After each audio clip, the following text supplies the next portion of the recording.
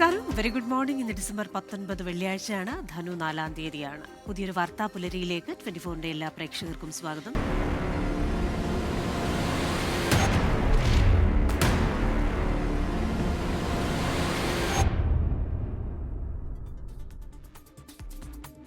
News ബ്രേക്സിൽ ഇനി ഈ വാർത്താ ദിനത്തിലെ സമഗ്ര വിവരങ്ങളുമായി 24ന്റെ പ്രതിനിധികൾ വിവിധ മേഖലകളിൽ നിന്ന് പ്രേക്ഷകർക്കൊപ്പം ചേരുകയാണ്. തിരുവനന്തപുരത്ത് നിന്ന് സലീം മാലിക്കും, കൊച്ചിയിൽ നിന്ന് നിതിൻ അംബുജനും, കോഴിക്കോട് നിന്ന് മിഥില ബാലനും, ഡൽഹിയിൽ നിന്ന് ബൽറാം നെടുങ്ങാടിയും അല്പസമയത്തിനകം പ്രേക്ഷകർക്കൊപ്പം ചേരും. കടുത്ത പ്രതിപക്ഷ പ്രതിഷേധത്തിനിടെ മഹാത്മാഗാന്ധി തൊഴിലുറപ്പ് പദ്ധതി ഭേദഗതി ചെയ്തുള്ള VBG റാംജി ബില്ല് രാജ്യസഭയും പാസാക്കി. ബില്ല് പിൻവലിക്കാൻ കേന്ദ്ര സർക്കാർ തയ്യാറാകണമെന്നും കാർഷിക നിയമങ്ങൾ പിൻവലിച്ചതുപോലെ ഈ ബില്ലും പിൻവലിക്കേണ്ടി വരുമെന്നും പ്രതിപക്ഷ നേതാവ് മല്ലികാർജ്ജുൻ ഖർഗെ പറഞ്ഞു. കേന്ദ്രമന്ത്രി ശിവരാജ് സിംഗ് ചൌഹാന്റെ മറുപടി പ്രസംഗത്തിനിടെ പ്രതിപക്ഷം നടുത്തളത്തിലിറങ്ങി ബില്ലിന്റെ പകർപ്പുകൾ കീറിയെറിഞ്ഞ് പ്രതിഷേധിച്ചു. പാവപ്പെട്ടവരുടെ ക്ഷേമത്തിനു വേണ്ടിയാണ് ബില്ല് കൊണ്ടുവരുന്നതെന്നും പ്രതിഷേധിക്കുന്നതിലൂടെ പ്രതിപക്ഷം മഹാത്മാഗാന്ധിയുടെ ആശയങ്ങളെ അവഹേളിക്കുകയാണെന്നും മന്ത്രി ശിവരാജ് സിംഗ് ചൌഹാൻ പറഞ്ഞു. ബില്ലിലെ ഭേദഗതി നിർദ്ദേശങ്ങൾ വോട്ടിനിട്ടതോടെ പ്രതിപക്ഷം സഭ ബഹിഷ്കരിച്ചു. പ്രതിപക്ഷത്തിന്റെ അസാന്നിധ്യത്തിലാണ് ബില്ല് പാസാക്കിയത്. സഭയിൽ പ്രതിപക്ഷത്തിന്റെ നടപടികളെ അപലപിക്കുന്നുവെന്ന് കേന്ദ്ര പാർലമെന്ററി കാര്യമന്ത്രി കിരൺ റിജിജു പറഞ്ഞു. അതേസമയം ലോക്സഭയിൽ ഇന്ന് ഡൽഹി വായു മലിനീകരണം സംബന്ധിച്ചുള്ള പ്രത്യേക ചർച്ചയും നടക്കും.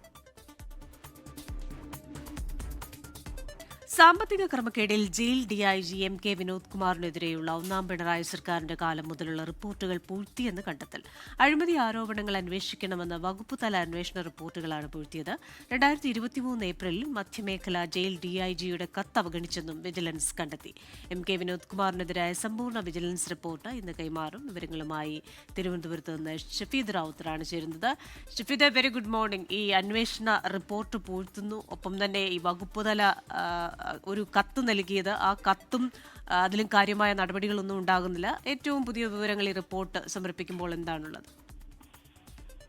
ക്രിസ്ത്യന, ഗുഡ് മോർണിംഗ്. ഈ തടവുകാരിൽ നിന്ന് ലക്ഷങ്ങൾ കൈക്കൂലി വാങ്ങിയതിന് വിജിലൻസ് കേസിൽ കുടുങ്ങിയ ജയിലാസ്ഥാനകാര്യ DIG MK വിനോദ് കുമാറിനെതിരെ കഴിഞ്ഞ സർക്കാരിന്റെ കാലയളവ് മുതലുള്ള അന്വേഷണ റിപ്പോർട്ടുകളും പൂഴ്ത്തി എന്നുള്ളതാണ് ഇപ്പോൾ പുറത്തേക്ക് വരുന്ന വിവരം. ഇതടക്കം വിജിലൻസിന്റെ അന്വേഷണത്തിൽ കണ്ടെത്തലുണ്ട്.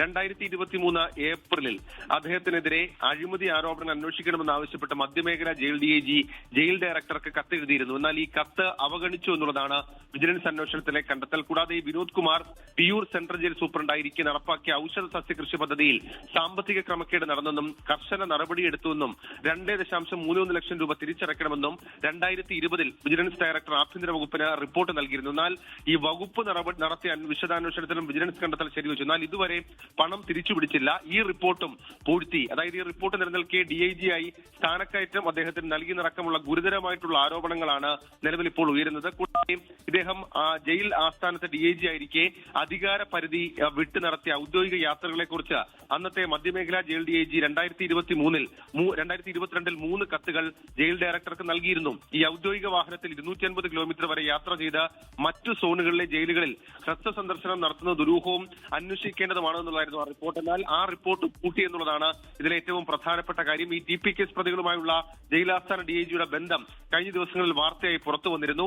ഈ കണ്ണൂർ സോണിലേക്ക് ജയിൽ മാറ്റം കിട്ടാനായി 2023 നവംബറിൽ വിയൂർ അതീവ സുരക്ഷാ ജയിലിൽ കൊടിസുനിയുടെ നേതൃത്വത്തിൽ ചില പ്രശ്നങ്ങളൊക്കെ ഉണ്ടായിരുന്നു. അന്ന് ജയിലിന്റെ ചുമതലയുണ്ടായിരുന്ന ഡെപ്യൂട്ടി സൂപ്രണ്ടിനെതിരെ നടപടിയെടുക്കണമെന്നായിരുന്നു ജയിൽ വകുപ്പിന്റെ റിപ്പോർട്ടിലും. ഉദ്യോഗസ്ഥരെ സ്വന്തം വീടിനടുത്തേക്ക് ഉണ്ടായിരുന്നെങ്കിൽ എന്നാൽ അത് ഉദ്യോഗസ്ഥരെ സ്വന്തം വീടിനടുത്തേക്ക് സ്ഥലം മാറ്റി സംരക്ഷിച്ചു.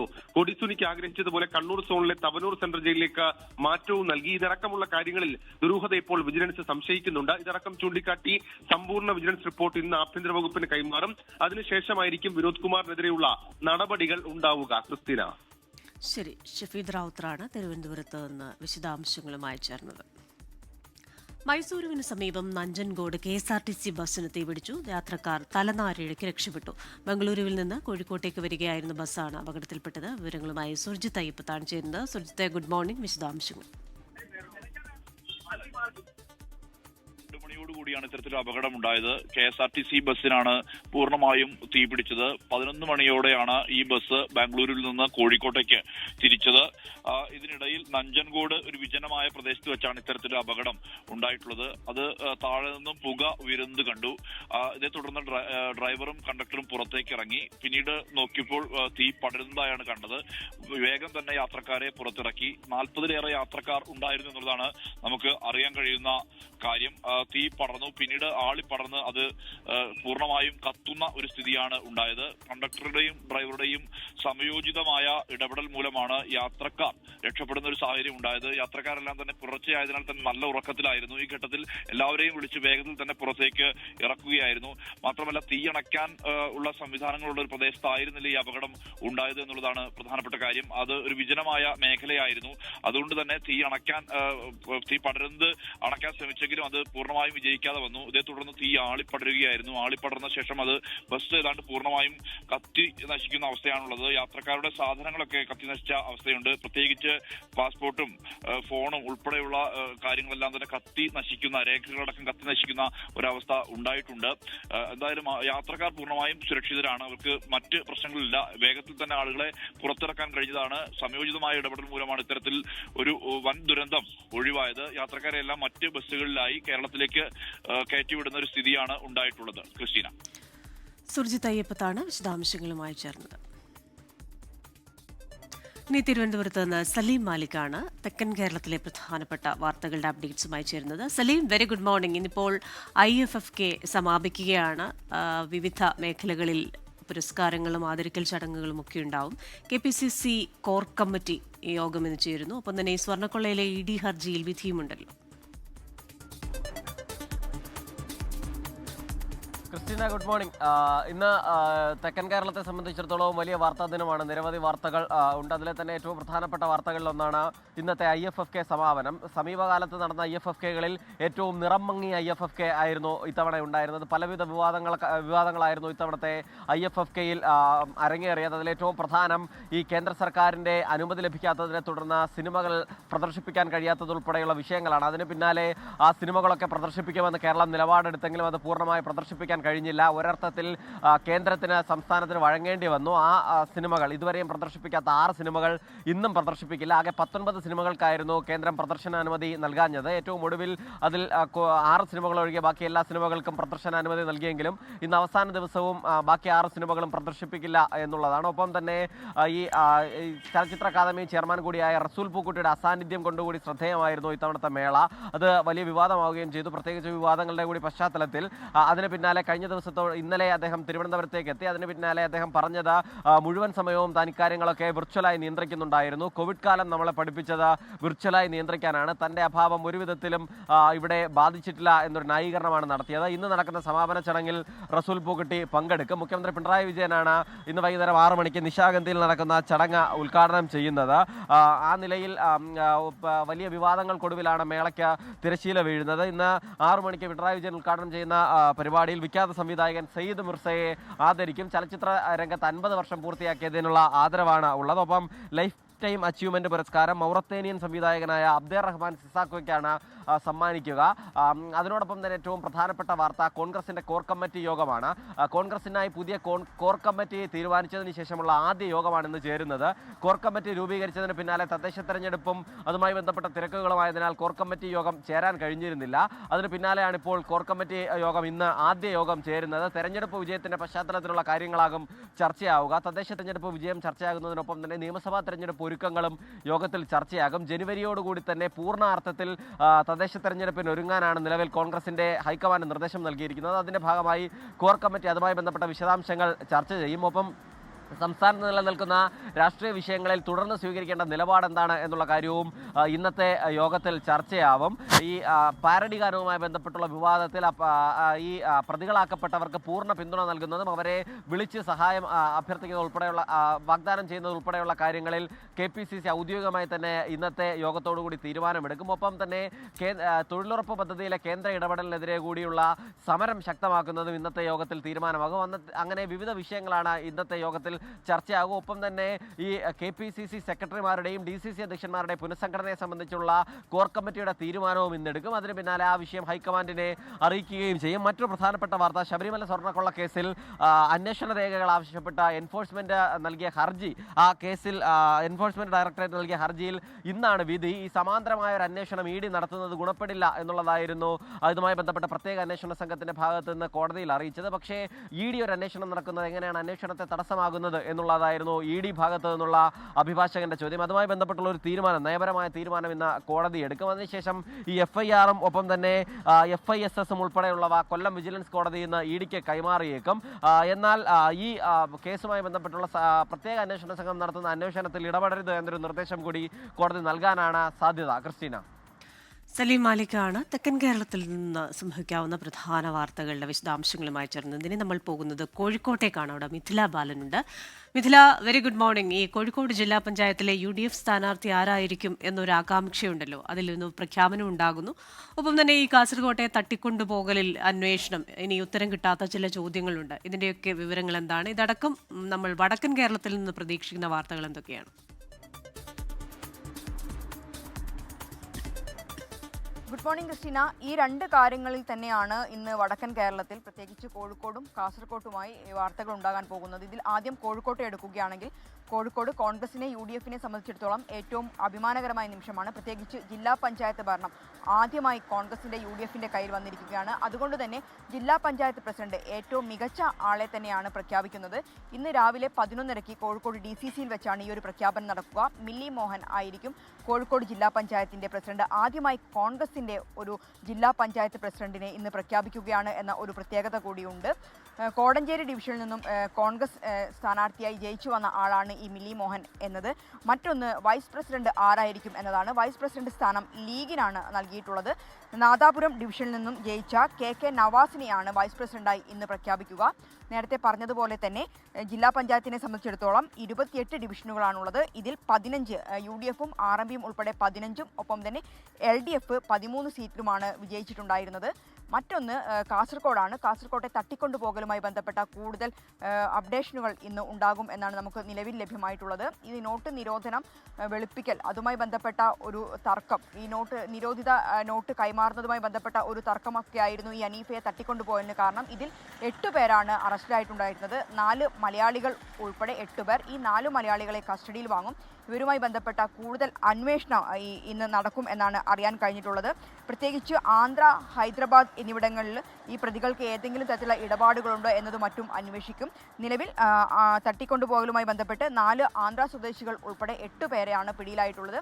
ഈ 2 വാർത്തകളാണ് പ്രധാനമായും കോഴിക്കോട് നിന്നും കാസർഗോഡ് നിന്നും ഇന്ന് വരാനിരിക്കുന്നത്. ക്രിസ്റ്റീന. മിഥില ബാലനാണ് വടക്കൻ കേരളത്തിൽ നിന്ന് വരാനുള്ള പ്രധാനപ്പെട്ട വാർത്തകൾ പറഞ്ഞത്. ഇപ്പോൾ വരുന്ന ഒരു വാർത്തയിലേക്ക്. അർജന്റീന ടീം കേരളത്തിലേക്കില്ല എന്ന വാർത്തയാണ്. മാർച്ച് വിൻഡോയിൽ കേരളത്തിൽ വരാനൊരു സാധ്യതയുണ്ടെന്ന മട്ടിൽ വാർത്തകൾ വന്നിരുന്നു. എന്നാൽ അർജന്റീന മാർച്ച് വിൻഡോയിലും കേരളത്തിലെത്തില്ല. മാർച്ചിലെ 2 മത്സരങ്ങൾ അർജന്റീന കളിക്കുന്നത് ഖത്തറിലാണ്. 27-ന് ഫിനാലിസിമ പോരാട്ടത്തിൽ സ്പെയിനെ നേരിടും. 31-ന് ആതിഥേയരായ ഖത്തറിനെതിരെ 2ാം മത്സരവും നടക്കും. അങ്ങനെ മാർച്ച് വിൻഡോയിലും അർജന്റീന കേരളത്തിലേക്കില്ല എന്നതിൽ ഇപ്പോൾ ഒരു സ്ഥിരീകരണം വന്നിരിക്കുകയാണ്. മറ്റൊരു വാർത്തയിലേക്ക്. കേരള സർവകലാശാല രജിസ്ട്രാർ സ്ഥാനത്ത് നിന്ന് മാറ്റിയിട്ടും ഡോക്ടർ KS അനിൽകുമാറിനെ വിടാതെ താൽക്കാലിക vice chancellor doctor Mohanan Kunnummal. Anilkumar Sasthamcotta DB കോളേജിൽ ചുമതലയേറ്റത് ചട്ടവിരുദ്ധമെന്ന് മോഹനൻ കുന്നുമ്മൽ. സർവകലാശാലയിൽ നിന്ന് വിടുതൽ നേടാതെയാണ് ചുമതലയേറ്റത്. കോളേജിൽ സർവീസിൽ പ്രവേശിപ്പിക്കരുതെന്ന് കാണിച്ച് ദേവസ്വം ബോർഡ് സെക്രട്ടറിക്ക് കേരള സർവകലാശാല രജിസ്ട്രാർ കത്തയച്ചു. ഇതിനിടെ കാലിക്കറ്റ് സർവകലാശാല VC നിയമനത്തിനുള്ള സെർച്ച് കമ്മിറ്റി പ്രതിനിധിയെ തീരുമാനിച്ച വിവരം സർവകലാശാല സെനറ്റ് ചാൻസലറെ അറിയിച്ചു. സെർച്ച് കമ്മിറ്റി വിജ്ഞാപനം ലോക്ഭവൻ ഉടൻ പുറപ്പെടുവിക്കും. നടിയെ ആക്രമിച്ച കേസിലെ പ്രതികളായ സലീമിന്റെയും പ്രദീപിന്റെയും അപ്പീൽ ഡിവിഷൻ ബെഞ്ച് ഇന്ന് പരിഗണിച്ചേക്കും. ശിക്ഷ റദ്ദു ചെയ്യണമെന്നാവശ്യപ്പെട്ടാണ് ഇരുവരും അപ്പീൽ നൽകിയത്. ബലാത്സംഗത്തിന് 1-ാം പ്രതിയെ സഹായിച്ചിട്ടില്ലെന്നും ഗൂഢാലോചന നടത്തിയിട്ടില്ലെന്നുമാണ് പ്രതികളുടെ വാദം. കേസിൽ 2 പേരും 20 വർഷത്തേക്ക് കഠിന തടവ് അനുഭവിക്കണമെന്നാണ് എറണാകുളം പ്രിൻസിപ്പൽ സെഷൻസ് കോടതി വിധിച്ചത്. പാലക്കാട് ധോണിയിൽ കത്തിയ കാറിനുള്ളിൽ മൃതദേഹം കടത്തിയ സംഭവത്തിൽ അന്വേഷണം തുടരുന്നു. മുണ്ടൂർ വേലിക്കാട് സ്വദേശി പോൾ ജോസഫിന്റെ ഉടമസ്ഥതയിലുള്ള കാറാണ് ഇന്നലെ ആളൊഴിഞ്ഞ മേഖലയിൽ വെച്ച് കത്തിയത്. മൃതദേഹം പോൾ ജോസഫിന്റേതാണെന്നാണ് സംശയം. എന്നാൽ ശാസ്ത്രീയ പരിശോധനാ ഫലം വരുമ്പോഴേ സ്ഥിരീകരണം നൽകാനാവൂ. കാറിൽ കൂടിയ അളവിൽ പെട്രോൾ ഉണ്ടായിരുന്നുവെന്നാണ് കണ്ടെത്തൽ. ആത്മഹത്യയെന്നാണ് പോലീസിന്റെ പ്രാഥമിക നിഗമനം. വാളയാറിൽ ആൾക്കൂട്ട ആക്രമണത്തിൽ പരിക്കേറ്റ് ചികിത്സയിലിരിക്കെ മരിച്ച ഇതര സംസ്ഥാന തൊഴിലാളിയുടെ പോസ്റ്റ്മോർട്ടം ഇന്ന് നടക്കും. തൃശൂർ മെഡിക്കൽ കോളേജിലാണ് പോസ്റ്റ്മോർട്ടം. ബുധനാഴ്ചയാണ് ഛത്തീസ്ഗഡ് സ്വദേശിയായ രാമനാരായണൻ ഭയ്യയെ ആൾക്കൂട്ടം ചേർന്ന് തടഞ്ഞുവെച്ച് മർദ്ദിച്ചത്. ജില്ലാ ആശുപത്രിയിൽ എത്തിച്ചെങ്കിലും ചികിത്സയിലിരിക്കെ മരിച്ചു. മോഷ്ടാവെന്നാരോപിച്ചായിരുന്നു ആൾക്കൂട്ടം രാമനാരായണനെ മർദ്ദിച്ചത്. സംഭവത്തിൽ 3 പേർ പിടിയിലായി. ഇവരെ ചോദ്യം ചെയ്യുന്നതിലൂടെ കൂടുതൽ പ്രതികളിലേക്ക് എത്താൻ കഴിയുമെന്നാണ് പോലീസിന്റെ വിലയിരുത്തൽ.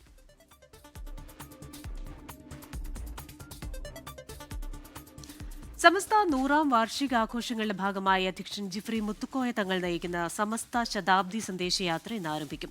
വൈകുന്നേരം 5-ന് കന്യാകുമാരി നാഗർകോവിലിലെ മുസ്ലിം ലീഗ് ദേശീയ പ്രസിഡന്റ് പ്രൊഫസർ ഖാദർ മൊയ്തീൻ ഉദ്ഘാടനം ചെയ്യും. പാണക്കാട് അബ്ബാസ് അലി തങ്ങൾ അധ്യക്ഷനാകും. തമിഴ്നാട്, കേരളം, കർണാടക എന്നിവിടങ്ങളിലൂടെ 10 ദിവസങ്ങളിലായി 18 ഇടങ്ങളിൽ പര്യടനം നടത്തും. സന്ദേശയാത്രയുടെ പതാക Samastha secretary professor K Alikutty Muhammad Jifri Muthukoya തങ്ങൾക്ക് കൈമാറി. പത്തനംതിട്ട CPIM ജില്ലാ കമ്മിറ്റി യോഗം ഇന്ന് ചേരും. ശബരിമല സ്വർണ്ണക്കൊള്ള തദ്ദേശ തെരഞ്ഞെടുപ്പിൽ തിരിച്ചടിയായെന്ന് ഇന്നലെ ചേർന്ന ജില്ലാ സെക്രട്ടേറിയറ്റ് വിലയിരുത്തിയിരുന്നു. പത്മകുമാറിനെതിരെ നടപടിയെടുക്കേണ്ടതായിരുന്നുവെന്നാണ് വിലയിരുത്തൽ. ഏരിയ ജില്ലാ നേതാക്കൾക്കെതിരെ വിമർശനമുന്നയിച്ച മുതിർന്ന നേതാവ് KC രാജഗോപാലിനെതിരായ അച്ചടക്ക നടപടി ജില്ലാ കമ്മിറ്റി ചർച്ച ചെയ്യും. ജില്ലാ കമ്മിറ്റിയുടെ വിലയിരുത്തൽ കൂടി ഉൾക്കൊള്ളിച്ച് സംസ്ഥാന നേതൃത്വത്തെ കാര്യങ്ങൾ ധരിപ്പിക്കും. പാരഡി ഗാനത്തിനെതിരെ പന്തളം രാജകുടുംബാംഗവും ഏരിയ കമ്മിറ്റി അംഗവുമായ പ്രദീപ് വർമ്മ തെരഞ്ഞെടുപ്പ് കമ്മീഷന് ഇന്ന് പരാതി നൽകും.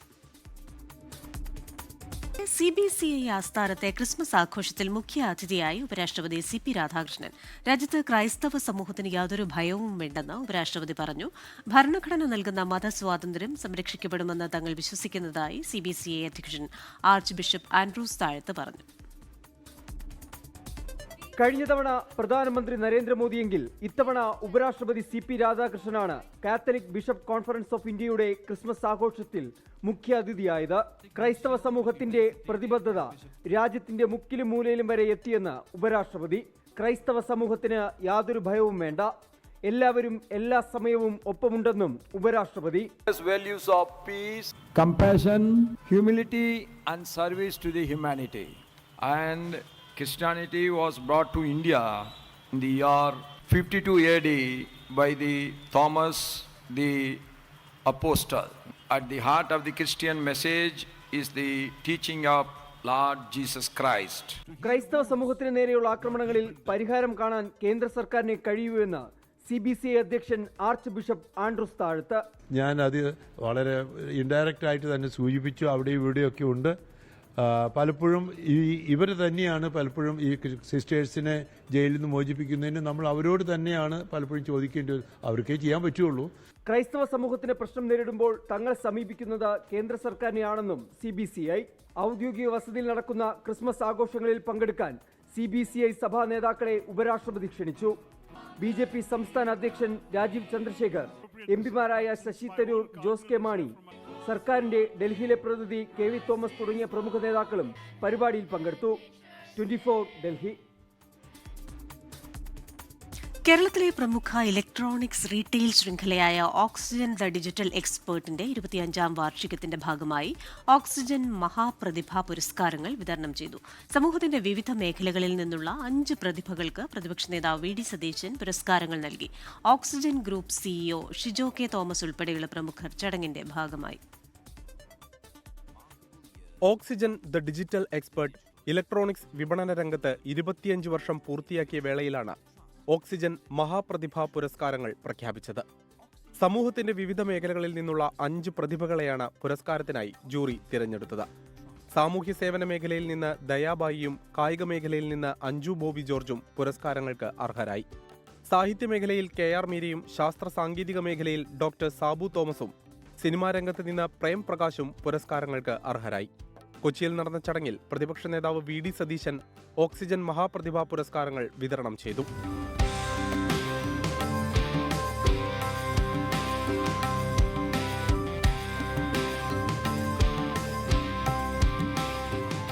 ഞാൻ സ്ഥിരം ട്രാവൽ ചെയ്യുമ്പം മംഗലാപുരത്ത് കൂടെ വരുമ്പം എപ്പോഴും കാസർഗോഡ് നിന്നുള്ള എൻ്റെ സൾഫാൻ രോഗികളെ അവിടെ 2 or 3 എങ്കിലും കാണും.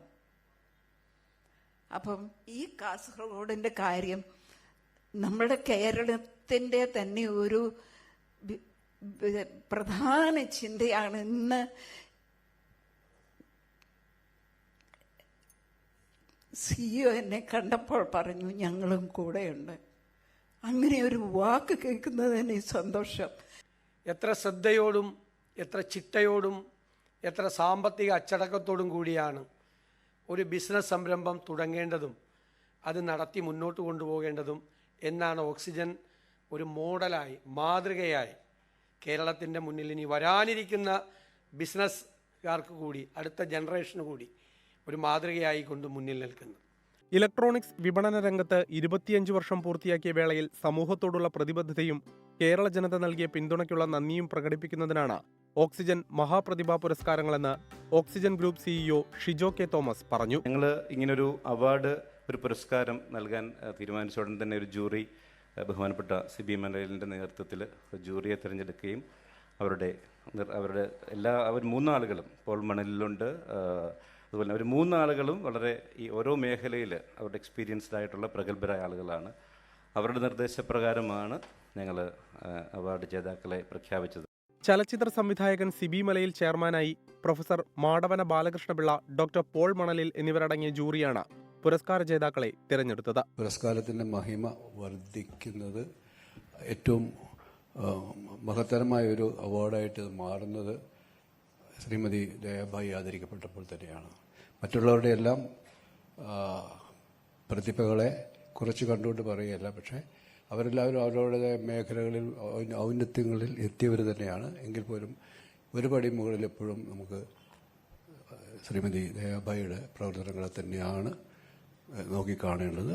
Oxygen group sales and marketing vice president Jibin K തോമസും സാമൂഹിക രാഷ്ട്രീയ ബിസിനസ് രംഗത്തെ നിരവധി പ്രമുഖരും ചടങ്ങിന്റെ ഭാഗമായി. 24 കൊച്ചി. ബംഗ്ലാദേശിൽ ഇന്ത്യ വിരുദ്ധ പാർട്ടിയായ ഇൻക്വിലാബ് മഞ്ചയുടെ നേതാവ് ഷെരീഫ് ഉസ്മാൻ ഹാദിയുടെ മരണത്തെ തുടർന്ന് വ്യാപക പ്രതിഷേധവും അക്രമവും. ധാക്കയിൽ കഴിഞ്ഞയാഴ്ചയുണ്ടായ വെടിവയ്പിൽ പരിക്കേറ്റ ഹാദി സിംഗപ്പൂരിൽ ചികിത്സയിലിരിക്കെയാണ് ഇന്നലെ രാത്രി മരിച്ചത്. പ്രതിഷേധക്കാർ ചിറ്റഗോങ്ങിലെ ഇന്ത്യൻ അസിസ്റ്റന്റ് ഹൈക്കമ്മീഷൻ ആക്രമിച്ചു. അവാമി ലീഗിന്റെ ഓഫീസുകളും ആക്രമിക്കപ്പെട്ടു. പ്രതിഷേധക്കാരോട് സംയമനം പാലിക്കാൻ ബംഗ്ലാദേശ് ഇടക്കാല പ്രധാനമന്ത്രി മുഹമ്മദ് യൂനുസ് ആവശ്യപ്പെട്ടു. കൊലയാളികളെ നിയമത്തിന് മുന്നിൽ കൊണ്ടുവരുമെന്ന് യൂനുസ് വ്യക്തമാക്കി. ഹാദിയുടെ മരണത്തിൽ ബംഗ്ലാദേശിൽ ഇന്ന് ദേശീയ ദുഃഖാചരണം പ്രഖ്യാപിച്ചിരിക്കുകയാണ്. വയനാട് റോഡ് വിഷയവുമായി ബന്ധപ്പെട്ട് കേന്ദ്ര ഉപരിതല ഗതാഗത മന്ത്രി നിതിൻ ഗഡ്കരിയുമായി കൂടിക്കാഴ്ച നടത്തി പ്രിയങ്ക ഗാന്ധി MP. ഇന്നലെ പാർലമെന്റ് ഹൌസിലെ മന്ത്രിയുടെ ഓഫീസിലായിരുന്നു കൂടിക്കാഴ്ച. ചോദ്യോത്തരവേളയ്ക്കിടെയാണ് കൂടിക്കാഴ്ചയ്ക്ക് പ്രിയങ്ക സമയം തേടിയത്. ചോദ്യോത്തരവേളയ്ക്ക് ശേഷം എപ്പോൾ വേണമെങ്കിലും കാണാമെന്നും തന്റെ ഓഫീസിന്റെ വാതിലുകൾ എപ്പോഴും തുറന്നിരിക്കുകയാണെന്നും മുൻകൂർ അനുമതിയുടെ ആവശ്യമില്ലെന്നും കേന്ദ്രമന്ത്രി നിതിൻ ഗഡ്കരി മറുപടി നൽകി. ന്യൂസ് ബ്രേക്സിന്റെ സമയം പൂർണ്ണമാവുകയാണ്.